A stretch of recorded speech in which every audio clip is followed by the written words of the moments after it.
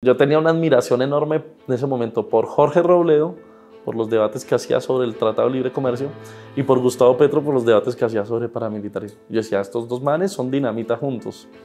Pero resulta que no eran amigos, tenían rivalidades internas, no era lo que yo pensaba. Yo dije, no, mano, no hay.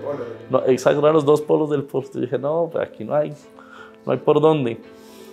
Y ya cuando bueno, pero empiezo a militar en el partido, y cuando se da la separación de Gustavo Petro del Polo, yo dije, este man tiene una claridad distinta, este man sabe para dónde va, este man tiene un proyecto de país.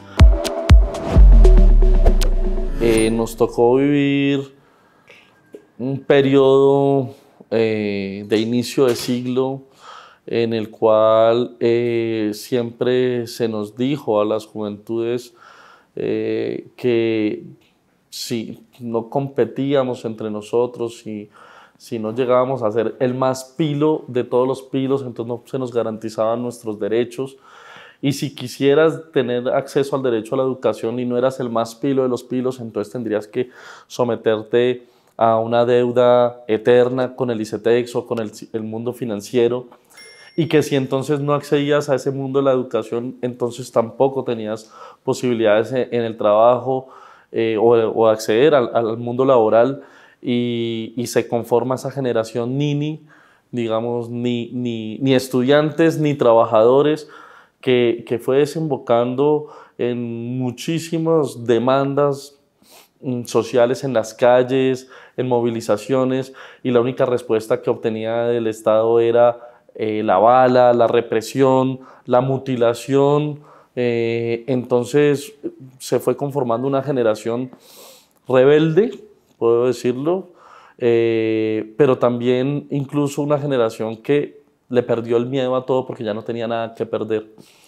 Y por lo tanto, en aras del estallido social o en albor del estallido social, una generación que vio una esperanza en una apuesta electoral. Nosotros creo que la campaña presidencial del 2022 se convirtió en eso, y por lo tanto el compromiso enorme que tenemos ahora de cumplir, porque se fue como apagar una llama que estaba creciendo en medio de la indignación, pero ahora sostener, digamos, la posibilidad de cambio se nos convierte en un reto enorme. Entonces esa ha sido nuestra formación política, nuestra lucha política, que nos pone ahora desde el Estado a decir, bueno, ahora, ¿qué tenemos que hacer para transformar la sociedad?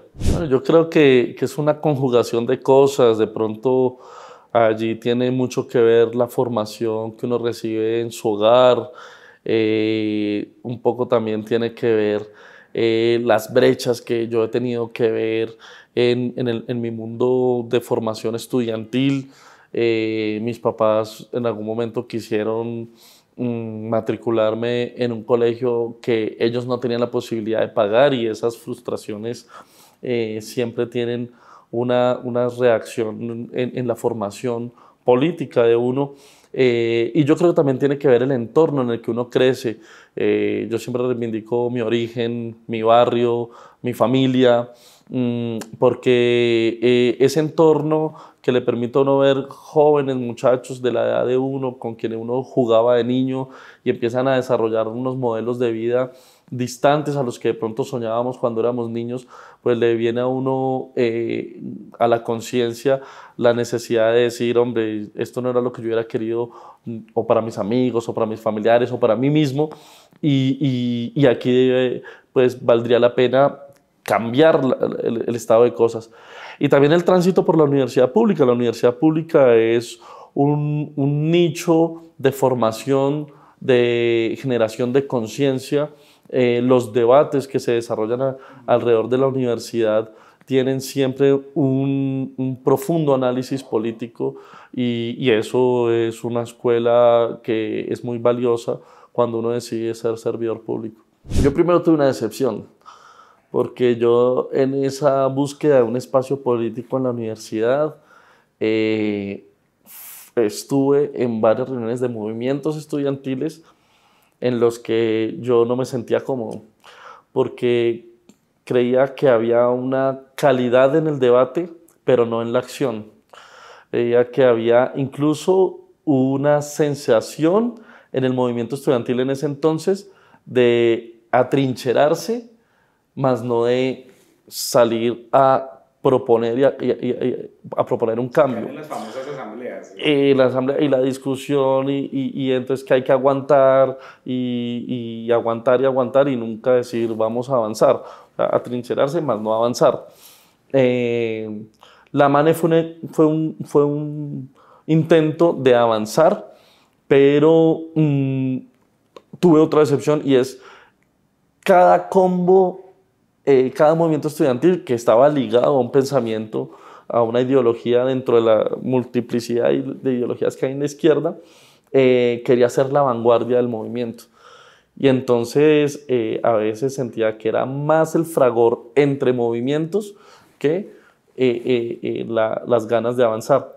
Entonces esa decepción a mí me llevó como a estar un momento aquí, estar un momento allá, estar un momento allá, pero no matricularme ni ejercer una militancia efectiva con ningún combo. Y es por eso que yo busqué eso en los partidos políticos y me acerqué entonces en ese momento al Polo Democrático con una ingenuidad enorme, porque yo creía que el Polo entonces era un partido de unidad y allí sí tenían otro tipo de visión. Y entré y carreta No también. No, era igual o peor. Yo decía, no. Entonces, yo tenía una admiración enorme en ese momento por Jorge Robledo, por los debates que hacía sobre el Tratado de Libre Comercio, y por Gustavo Petro, por los debates que hacía sobre paramilitarismo. Yo decía, estos dos manes son dinamita juntos. Pero resulta que no eran amigos, tenían rivalidades internas, no era lo que yo pensaba. Yo dije, no, hermano, no hay. No, exacto, eran los dos polos del post. Yo dije, no, pues aquí no hay por dónde. Y ya cuando bueno, pero empiezo a militar en el partido, y cuando se da la separación de Gustavo Petro del Polo, yo dije, este man tiene una claridad distinta, este man sabe para dónde va, este man tiene un proyecto de país, y yo me siento mucho más como pensándonos un proyecto de país que atrincherándonos en la crítica sin más. Y así fue cuando empecé a militar con él. En ese momento fue muy chistosa porque yo con esas ganas de militar, pues cuando supe de su salida, yo me acerco a un edil de mi localidad que yo sabía que era de la corriente de Gustavo Petro. Yo le dije, mire, yo quiero militar con ustedes, yo quiero trabajar con ustedes, yo quiero hacerle campaña a Petro y quiero tener como actividad política en este combo. Y el man, no, de una, me acerca, me presentó a un asesor de Gustavo Petro en ese momento en su unidad de trabajo legislativo y empezamos a hacer campaña. Y cuando se da la salida, él me dice, te voy a invitar a una reunión que está citando Gustavo Petro, pues para la salida del Polo, pero muchos no estamos de acuerdo con salirnos del Polo, pues porque tenían credencial, tenían curules, etc. Vamos a dar la discusión. Y esa reunión fue en la oficina del Congreso de la República de Gustavo Petro cuando era senador. Y llegamos y el hombre dio un horizonte genial, o sea, hizo una caracterización del país, del devenir de Juan Manuel Santos. Ya él hablaba de la diferencia entre Juan Manuel Santos y Uribe. Todos pensábamos que Santos era como la tercera reelección de Uribe, él ya había caracterizado eso. Y él decía, ya con el Polo no hay nada que hacer, se quemaron porque están tolerando la corrupción de Samuel Moreno solamente por no permitir que el partido tenga otro rumbo. Yo de acuerdo, entonces no, pero analicémoslo bien, demos la lucha dentro del Polo, no sé quién. Dijo, no, me voy, el que venga conmigo viene, el que se quiera quedar, se queda. Yo dije, con este manera, entonces yo dije, de una, yo aquí sigo yendo a las reuniones. Y las primeras reuniones, él era con 10, con 15 personas máximo, pequeñitas, muy pequeñitas, me acuerdo mucho. Y yo iba a todas y aportaba y tal. Me acuerdo mucho que dijo, bueno, las siguientes elecciones son la alcaldía de Bogotá. Tenemos que tener candidato. En su momento él pensó en Carlos Fernando Galán, en apoyar a Carlos Fernando Galán. Yo creo que Carlos Fernando puede ser un buen candidato si hablamos con él sobre un modelo de ciudad. Después, cuando Carlos Vicente Ruth se une a la denuncia por el carrusel de la contratación y Luis Carlos Avellaneda, él dijo, vamos a impulsar a Carlos Vicente. y ese era nuestro candidato a la alcaldía. Pero la cosa fue creciendo tanto, después de haber denunciado el carrusel de la contratación, y por ahí hay un video donde yo estoy todo flaquito, bueno, más flaquito, todo chiquitico, cuando hace la rueda de prensa, todo el país alrededor de lo que va a denunciar Petro, denuncia el carrusel de la contratación, el movimiento creció. Entonces dijo, bueno, dijo él, a esto hay que ponerle un nombre, a esto hay que ponerle organización, vamos a llamarnos el movimiento progresistas, vamos a tener candidatura a la alcaldía de Bogotá, a ediles, a lista al consejo, y donde podamos en el país lanzamos el movimiento. Y entonces ya la gente decía, bueno, pero es que Carlos Vicente no es una figura como lo es usted, sea usted candidato a Bogotá. Y él al principio decía, no, pero será... Como a las 2 semanas tomó la decisión, listo, vamos a lanzar a Petro a la alcaldía de Bogotá. Y eso fue un furor. Y fue una campaña distinta, yo creo que la campaña más bonita en la que yo he estado. Artistas, mucha juventud, las 4 barras más grandes de Bogotá, todas unidas alrededor de la campaña, las del Nacional, las de Santa Fe, la de Millonarios, la del América. No, una campaña multicolor, ahí sí como nosotros siempre dijimos. O sea, sí, desde que éramos 10 o 15 personas en su oficina hasta lo que llegó a ser presidente de la República. No es fácil porque es una persona exigente, pero además tiene una característica en su personalidad. Es un hombre que es muy estudioso, pero no es tan expresivo. No es un hombre que te dice, mire, la instrucción es esta, te hace un listado y cumple la instrucción, sino es un hombre que se alimenta teóricamente, lee y hace un análisis político muy profundo y conversa contigo. Y te dice, mire, yo la economía, le encanta hablar de economía, de salud, de lo que quiera que seas, de educación, conversa contigo 20 minutos y se acabó. Entonces, de la conversación tenés que extraer las ideas que él quiere desarrollar. Y me parece fantástico en la medida en que quienes de pronto nos hemos formado ideológicamente, pues no necesitamos una instrucción puntual, sino que entendemos lo que está consignado en el programa de gobierno, lo que está consignado en el plan de desarrollo o lo que deviene de las conversaciones con él. Pero a muchas personas se les dificulta. Porque pues yo entiendo, están acostumbrados de pronto a que haya una instrucción vertical o una verticalidad en el trato jefe-subordinado. Y con él no va a ser así. Y lo segundo, es un hombre muy distinto al que uno ve en la tarima. En la tarima tú lo ves expresivo, tú lo ves con un ímpetu, pero en el trato personal él es muy distinto, él es más introvertido, él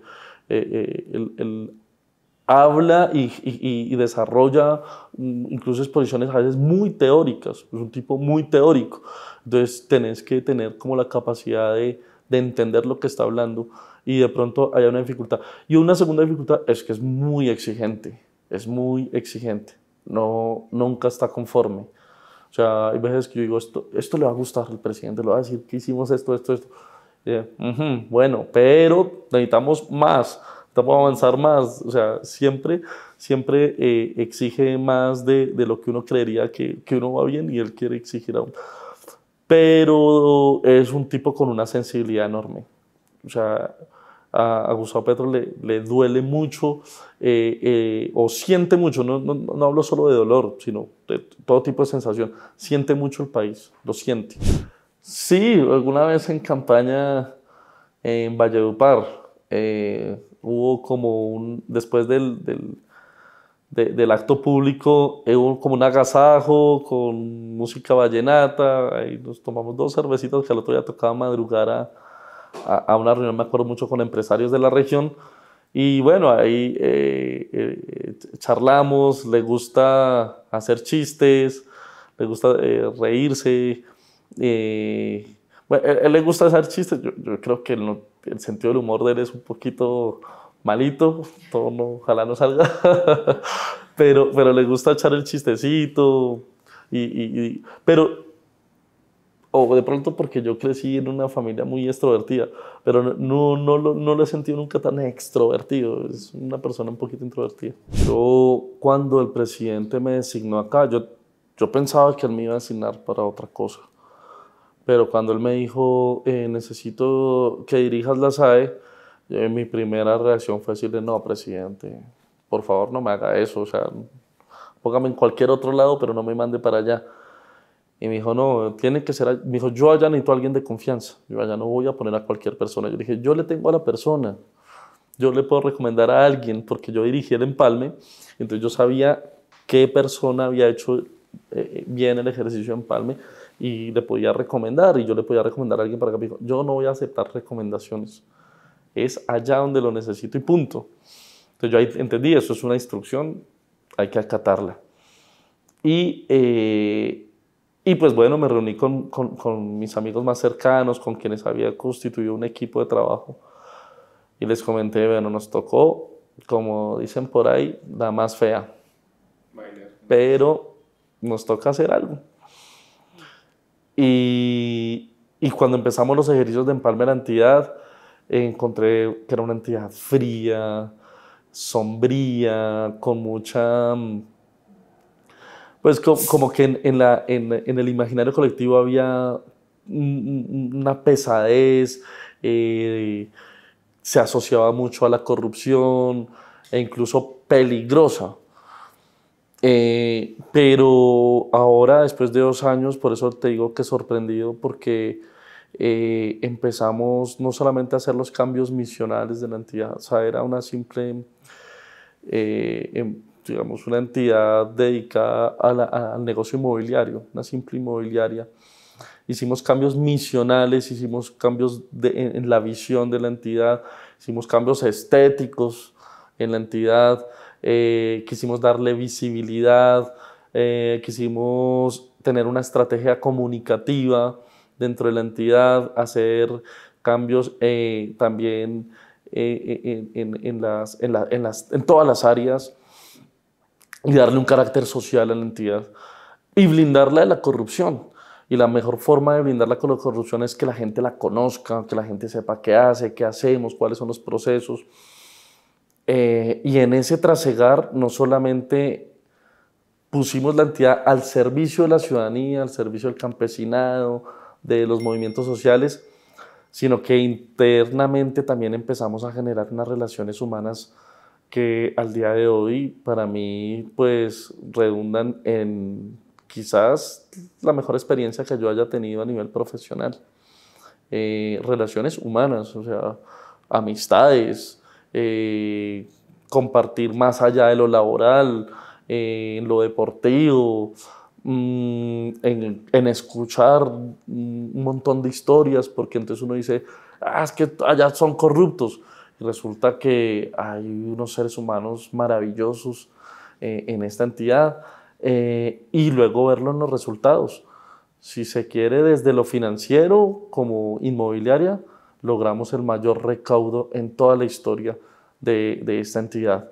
Y si se quiere en lo social, pues por primera vez las tierras que pertenecieron al narcotráfico ahora son tierras para la reforma agraria, las organizaciones sociales, una medallista olímpica que está administrando un gimnasio que antes era de gente pues, asociada al crimen, poniéndolo a producir, poniendo a producir la tierra, poniendo a producir las entidades, las sociedades, perdón. Entonces, después de 2 años hago un balance tremendamente positivo. Oh, una satisfacción enorme, enorme. O sea, gente en el mundo rural que creía que no iba a tener la oportunidad de tener una parcela para cultivarla y que por fin la tienen y que eso lo agradecen como la mayor pues, logro que hayan podido tener en su vida. Gente mayor, gente muy mayor que nos decía, bueno, yo pensé que me iba a morir y jamás iba a haber un pedazo de tierra para mí, para mi familia. Como otras personas a las que también se les persiguió porque estaban dentro de los predios poniéndolos a producir y en el negocio inmobiliario pues prima es otra lógica, entonces vamos a mandarle el ESMAD a esta gente para desalojarla porque necesitamos ese predio y encontraron en nosotros, unos socios para decir, bueno, si ustedes lo van a poner a producir, pónganlo a producir, páguenos si se quiere un arriendo y nos asociamos y entonces otro tipo de relacionamiento con la ciudadanía. Jóvenes administrando hoteles, entonces ya no son jóvenes receptores de un subsidio por ser pobres, sino jóvenes que se forman, primero se forman y se convierten en administradores, o sea, se convierten en empresarios. Otro tipo de relacionamiento entre el Estado o una entidad del Estado y la sociedad. Y pues la sensación es satisfactoria. Generamos, porque fíjese que no generamos una relación de subsidiaria, sino una relación societaria. Ustedes tienen una capacidad, nosotros tenemos unos activos, asociémonos y generemos riqueza, generemos valor y la gente tiene pues el arranque para hacerlo y entonces nos convertimos en eso, en socios. Y es muy satisfactorio. Sí, el presidente siempre me coge así como desprevenido porque yo estaba en vacaciones. Yo no había tenido la oportunidad de tener vacaciones y entonces yo dije, bueno, ya este año tenemos que irnos una semanita, 2 semanitas a descansar para volver otra vez con más fuerza. Y programamos vacaciones con amigos, estaba yo viendo la Copa América cuando recibí la llamada del presidente para decirme que tenía que asumir la cartera de educación. Yo volvió y me cogió así como por sorpresa. Pero con unas instrucciones muy claras que en su momento sentimos que, dada la experiencia que adquirimos en SAE y pues también la experiencia que tuvimos cuando estuvimos en el diseño del programa presidencial, liderando el diseño del programa presidencial, pues sentimos que podíamos constituir un muy buen equipo y hacer cosas muy interesantes. A 2 años de gobierno y con 2 años por delante, pues priorizar sedes universitarias, cobertura, gratuidad y financiación, sin descuidar otros proyectos, otras metas, pero con priorizaciones. Y nosotros aquí ya veníamos alistando todo un paquete de inmuebles para aumentar, bueno, en algunos casos bienestar universitario con las residencias estudiantiles que veníamos entregando, pero también aumento de cobertura a partir de sedes, edificios de SAE que pudieran servir a universidades públicas. O sea, ya teníamos esa noción muy clara y entonces llegar al ministerio a armar equipo y acelerar los procesos para aumentar la cobertura mediante la creación de nuevas sedes. Y hoy tenemos un cronograma muy interesante que diversifica la estrategia para que podamos empezar a abrir sedes, a garantizar su sostenimiento, a garantizar cobertura y a garantizar financiación.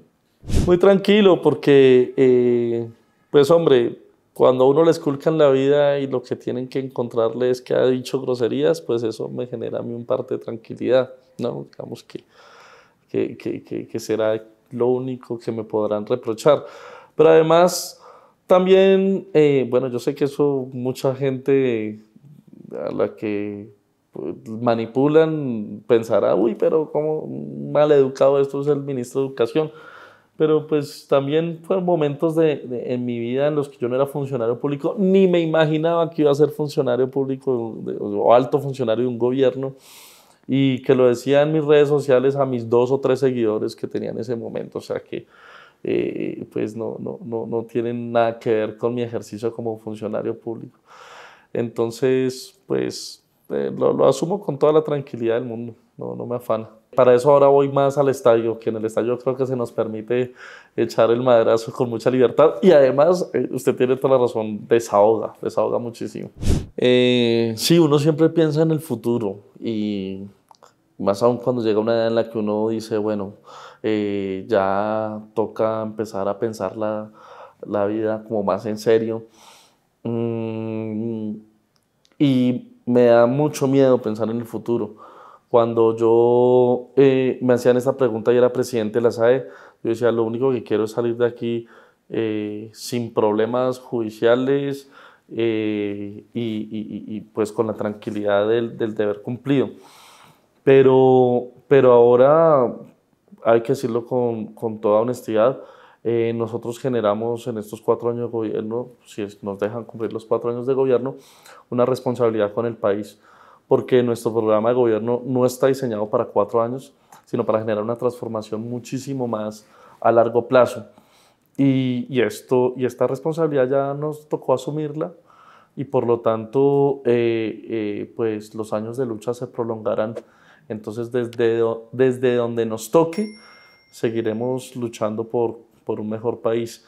Ya nos dirá el devenir dónde nos toca, pero así sea desde las calles de nuevo o desde el gobierno de nuevo o desde la universidad pública o desde donde quiera que nos ponga la vida, no vamos a claudicar en cambiar este país.